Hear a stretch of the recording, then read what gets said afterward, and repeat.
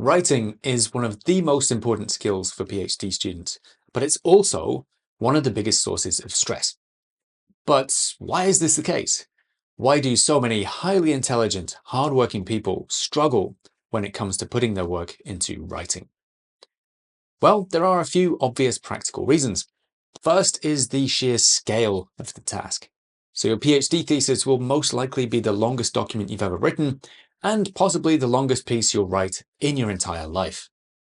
And within that document, you not only need to incorporate a lot of difficult technical information and concepts, you need to do so in a way that leads to something new and valuable to the field. And unlike an undergraduate essay where you just get a grade, the value of your PhD thesis or paper is judged relative to existing literature written by professional academics. Add to this the fact that writing is a difficult skill that even professional writers struggle with sometimes, and the fact that very few PhD students are given any real training in writing, and the fact that you might be writing in a second language, and it's not surprising so many people find it so hard. Now, these practical issues can make writing extremely difficult, but what makes it extra stressful is the emotional component. A PhD thesis comes with a huge amount of pressure. Unlike an undergraduate degree where you take several exams and build up a cumulative grade, in a PhD, everything rests on that one document. And then, of course, there's the emotional weight of a PhD. For many people, it's not just about getting a qualification, it's about what the PhD signifies about themselves. And for many of us, doing well in school was a source of validation from a very young age, and it got tied up in our sense of identity and self-worth. So the thought of possibly failing a PhD can feel like an existential threat. And this emotional weight can mean that even if you know your subject, even if you've done good research, and even if you know how to write, you might find it literally impossible to do what you know you need to do. So you might find yourself staring at a blank page, knowing what you want to say, but held down by the crushing weight of expectation. Or you might find that you can fill pages quite easily, but then you can't finish anything. So instead of editing and taking care of the last details, you suddenly feel the urge to throw everything away and start again, or to do a load more reading and incorporate entirely new ideas. Now, this can actually give you a short-term boost, but then when it comes time to edit this new material, you want to throw it away again and take a different approach. So you can end up investing so much energy physically and emotionally, but without ever finishing anything. So then, to try and get out of this cycle of endless drafts, you might try making a plan and setting deadlines. And again, this might make you feel better and give you a temporary feeling of control. But then the moment you fall behind that plan, instead of it helping you to stay motivated and focused, it can become a reminder of the standard that you set yourself that you're failing to live up to. And that can then feed a sense of imposter syndrome, and the whole thing can become a nightmare where you're torn between these opposing forces of high self-expectations but low self-confidence. But it doesn't have to be this way. With some simple changes and a few basic skills, it is possible to write with confidence.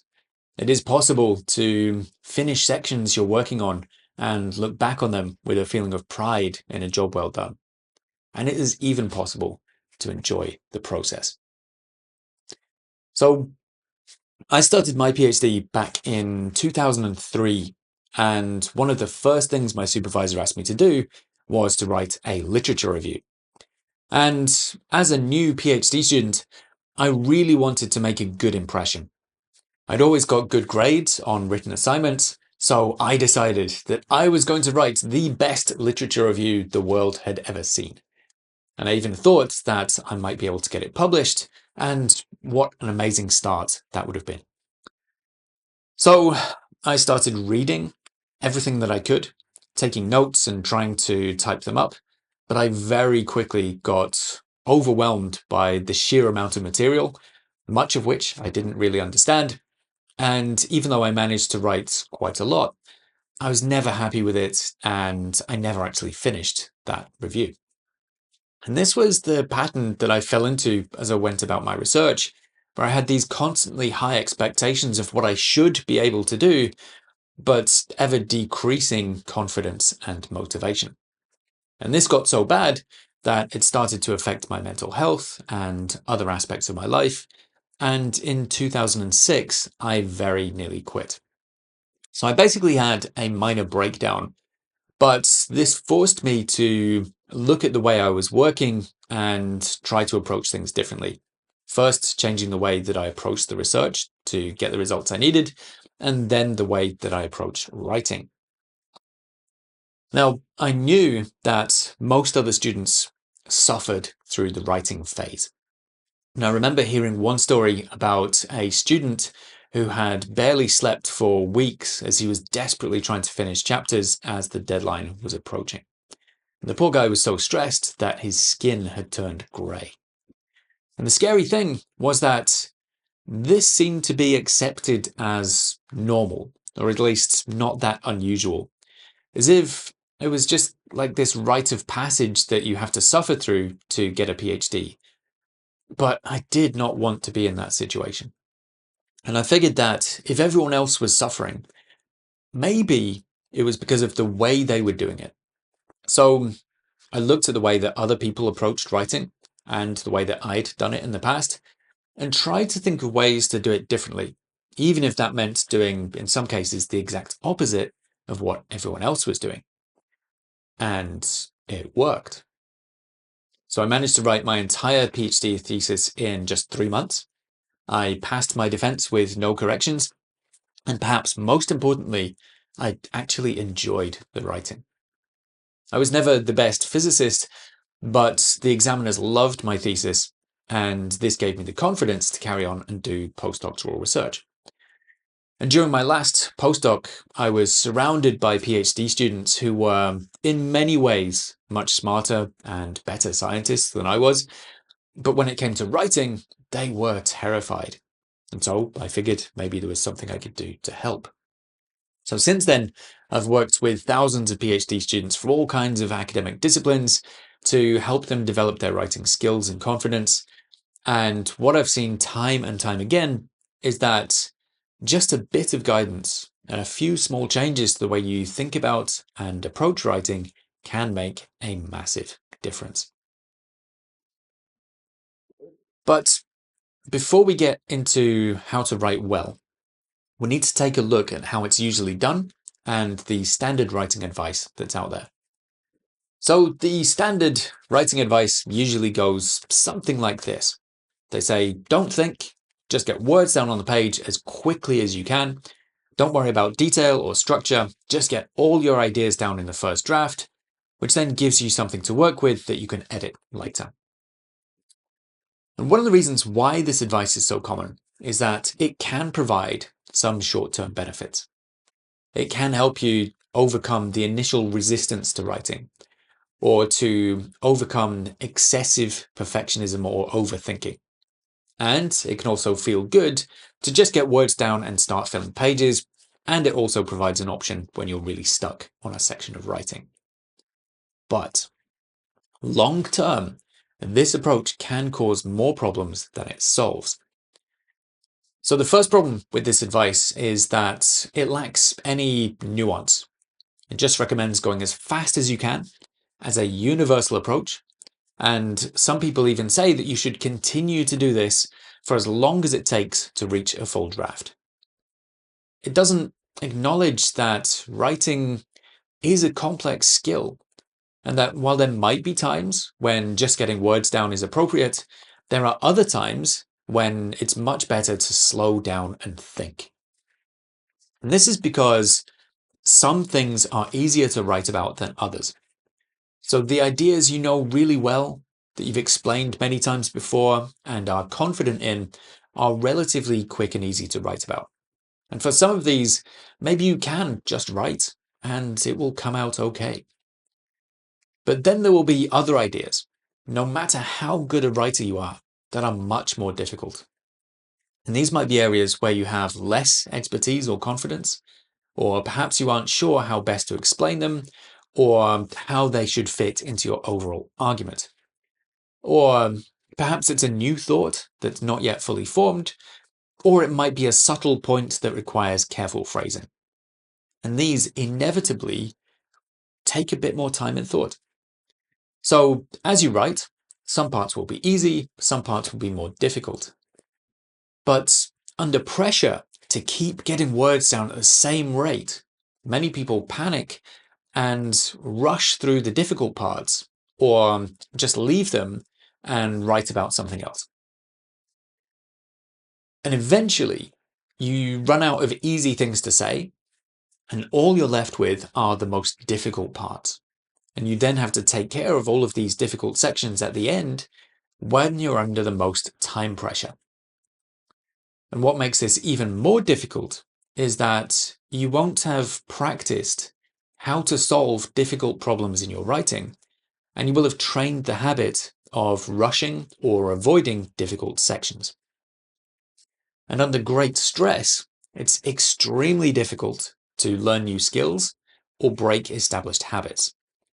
So this approach of just writing and dealing with it later is the perfect recipe if you want to feel overwhelmed in the latter stages of writing.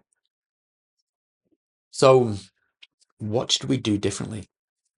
Well, my first recommendation is to forget the idea of getting words down as fast as you can. Take some of the pressure off and allow your pace to vary. So when I'm writing, I'm not producing words at the same rate all the time. In fact, I'm not even typing most of the time. Most of the time I'm thinking, giving myself permission to consider what I want to say, how to phrase it, and how it links to other ideas. Or sometimes just reading over what I already have. And this is because fundamentally, I see writing as a problem-solving exercise, whether that's solving problems of expression or structure. And if I face a particularly difficult problem, I'll often stop altogether and stare out of the window or make notes on paper, basically just giving myself the time I need to find a solution. And it might be difficult, but it's often in these moments when I reach new insights or make new connections between ideas, but I have to slow down to allow that to happen. But then, once I've figured out what to do and made a decision, not only does my pace pick up again, I feel good for having faced and overcome the challenge. That reinforces my confidence, which helps me to face the next problem. Now, we'll get to how to solve problems in your writing later in the course, but for now, as an absolute, fundamental, essential tip, you do not have to keep getting words down at the same pace all the time. Let your pace vary. Let yourself slow down or stop when you need to, and give yourself a chance to solve the problems that arise. My second recommendation is to block the internet. So when you slow down or pause writing to think, ideally, you want to be in a kind of relaxed but focused state. So thinking about the problem, but without putting yourself under too much pressure to find a solution immediately. But this can be challenging. When you're just left alone with your thoughts, this is often when any feelings of anxiety will tend to come to the surface, and this leads many people to go online as a means of distraction. Now, this is often easily justifiable, and you might tell yourself, for example, that you need to check for a reply to an important email, but the moment you go online, the moment you allow your attention to be taken over by all of that incoming information, you have no chance of solving the problem that you faced. And it's then incredibly difficult to get offline and refocus your attention. And one of the problems here is that going online gives you a dopamine hit. And that combination of feeling a little bit of stress and then getting the reward hardwires the behavior into your brain. So you will want to open your browser or pick up your phone every single time you feel that slight discomfort. But the good news is that it doesn't take that much to retrain the habit. So when I was writing my own PhD thesis, I decided to work from home with no internet connection. So if I was sat at my computer, there was nothing else I could do but work on the thesis. And for the first couple of days, I would find myself opening the browser without even thinking about it. But because there was no internet connection, I didn't get the dopamine reward to reinforce the behavior. And after a day or two, the habit was completely broken. Now, there were some practical issues I had to deal with. So if I needed to download papers or check email, then I had to cycle for 10 minutes to get to the university. But this forced me to be more organized and plan ahead. And the benefits in terms of my ability to focus, my productivity, and my mental well-being were enormous. This was 2007, so just before the first iPhone came out. So it was a bit easier to live without the internet in those days. But now I just use software to block the internet or block distracting sites or apps when I'm trying to write. And I consider these blockers to be essential tools because your time and your attention are the most valuable resources you have. And you've got to protect them if you want to have any chance of writing. Now, if you block the internet and distracting apps, this does leave you with the anxiety that leads you to go online in the first place. So I think it's a good idea to practice spending time offline in low stress situations. So maybe start by blocking the internet during lunch. Try to get comfortable spending time offline and just being in your own head. And it will be easier when you try to write or to do any other work that requires any kind of deep thought. So before doing anything else, I strongly recommend downloading internet blocking software. There are two apps that I use, one called Cold Turkey on my laptop and another on my phone called Freedom. I'll put links to both of these below. These are not affiliate links and I make no money from the recommendation. I just recommend them because I use them every single day, and there are plenty of others that you could use. So try blocking the internet for a while, maybe 15 minutes to start with, and just see how it feels. And if it's especially difficult, it's all the more reason to practice. And my third recommendation is to not wait until you have a complete draft before you start editing. It's far better to shorten the writing editing cycle and to edit small sections, tidy up and make decisions as you go. Because it must be easier to edit a few hundred words than tens of thousands. So if you try to edit, say, 500 words or a couple of pages of text, it might still be difficult, but at least it's possible to make significant improvements quite quickly. And this is much better for your confidence and skill development than trying to edit on a massive scale after months of writing. Now, editing can be complicated, and there are plenty of technical aspects of writing that we'll get to later in the course, but there are some simple things, some basic practices that you can start implementing straight away that will make a big difference. The most important is simply reading what you've written. Now, you might feel a bit of resistance to reading your own work, but this is exactly why you need to make it part of your routine and practice it frequently on a small scale. So again, it has to be easier to read a few hundred words than an entire thesis. When you read your work, you can check and fix any spelling or grammatical mistakes, and this should be relatively easy with the help of software, but you shouldn't just rely on spell checkers. You should still read the whole thing yourself, and better still, I find it helps to read the work out loud, as this slows you down and helps you to spot mistakes. And a quick note here is that while it's fine to use spell checking software, be careful about using AI like ChatGPT to edit your work. You need to be able to read and edit and make decisions for yourself. And if you over rely on AI, then you will never develop this skill. Also, despite all the hype, it's not as good as people make out, and it can sometimes make good writing worse. So, as you read through your work, Try to add in or finish anything that you've left for later. So if you have a note that says add reference or add figure or add caption, or if you've made a note of something to look up, try to take care of these details before you move on, basically trying to get it as close to submittable as you can. For example, with your references and bibliography, whatever system you're using, try to get it working so the references appear as they should. Now, this can be infuriating, and the first reference might take several hours, and you might even have to try different reference management software to get it working properly. But once you figure it out, the second one takes minutes. Then it becomes a habit that you don't even have to think about.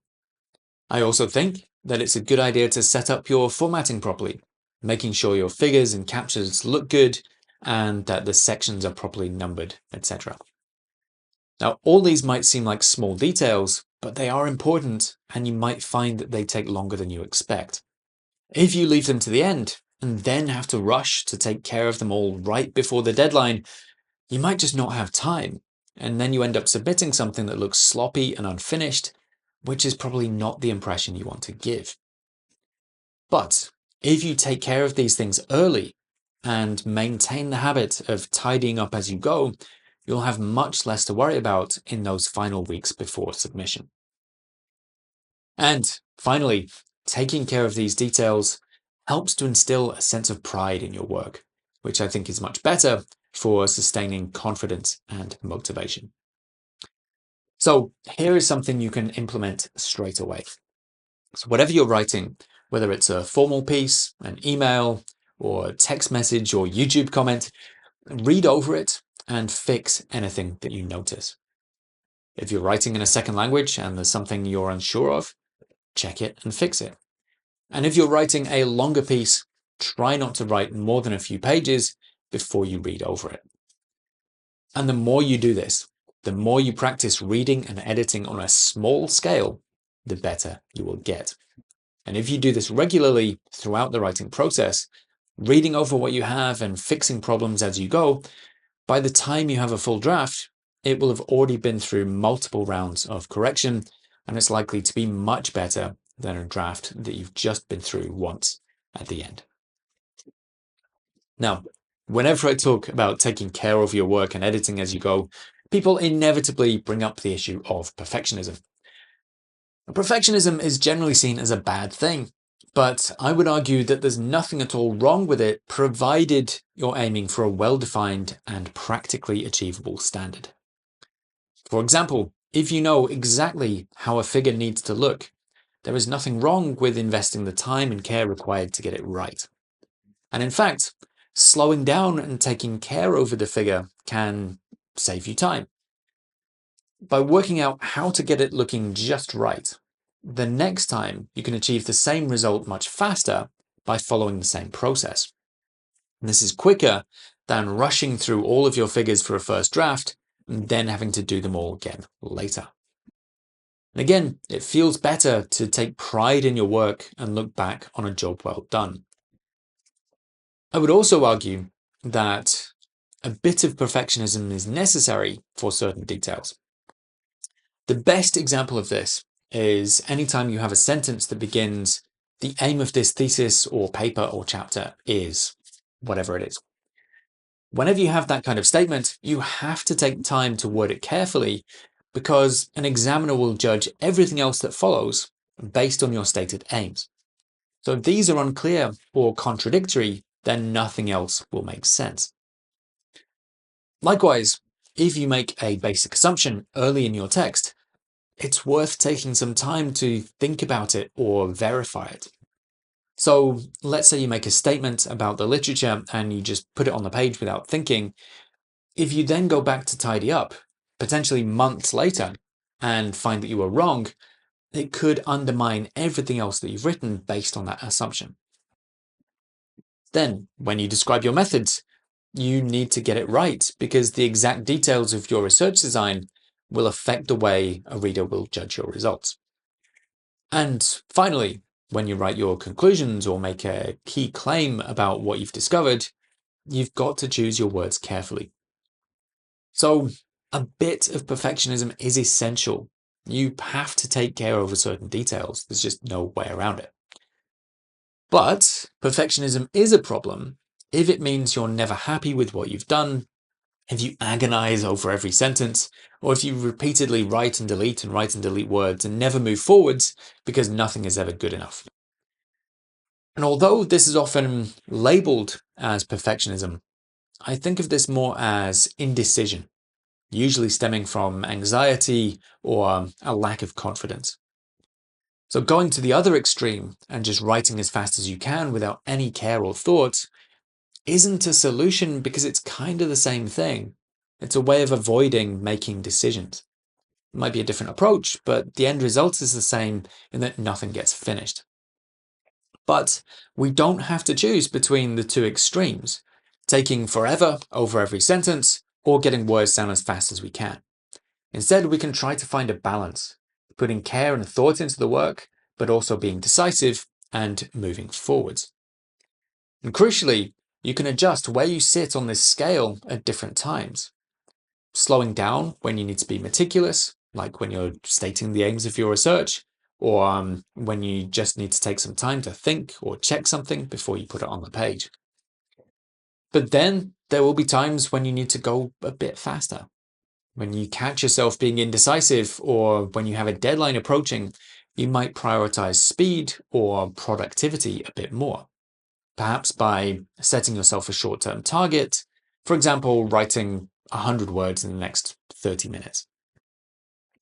And then there may be other times when you make decisions or adjust what you're aiming to do based on the time available. Perhaps deciding to simplify something or deciding not to do certain things.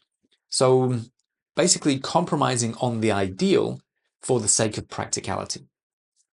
In other words, we need to constantly adjust where we sit on the scale between speed and care, changing your pace or adjusting your goals in response to the circumstances, the time available, and the problems you're facing in the moment. So, to recap quickly.